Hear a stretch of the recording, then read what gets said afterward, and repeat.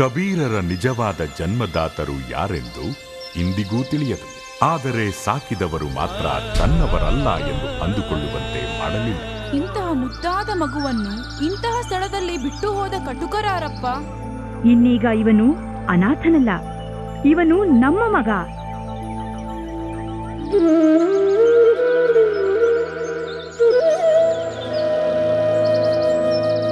ಧರ್ಮದ ಬಗ್ಗೆ ಅಪಾರ ಅಭಿಮಾನವುಳ್ಳ ಕಬೀರನ ಪತ್ನಿ ಲೋಯಿಗೆ ಕಬೀರ 3 ಹೊತ್ತು ರಾಮ ಜಪ ಮಾಡುವುದು ಮುಜುಗರ ಉಂಟು ಮಾಡುತ್ತದೆ.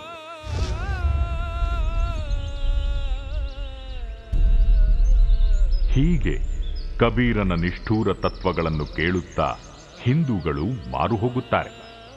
ಮುಸ್ಲಿಮರು ಸಹ ಕಬೀರರ ಬಗೆಗಿದ್ದ ತಮ್ಮ ಅಭಿಪ್ರಾಯವನ್ನು ಬದಲಿಸಿಕೊಳ್ಳುತ್ತಾರೆ. ಕಬೀರರು ತಮ್ಮ ಉಪದೇಶಗಳಿಂದ ಹೆಚ್ಚು ಜನಪ್ರಿಯಗೊಳ್ಳುತ್ತಿರುವಂತೆಯೇ ಶತ್ರುಗಳು ಹೆಚ್ಚುತ್ತಾರೆ. ಇವನದು ಅತಿಯಾಯಿತು, ಹಿಡಿಯಿರಿ ಅವನನ್ನು. ನೀನೆಯೋ ಕಬೀರ?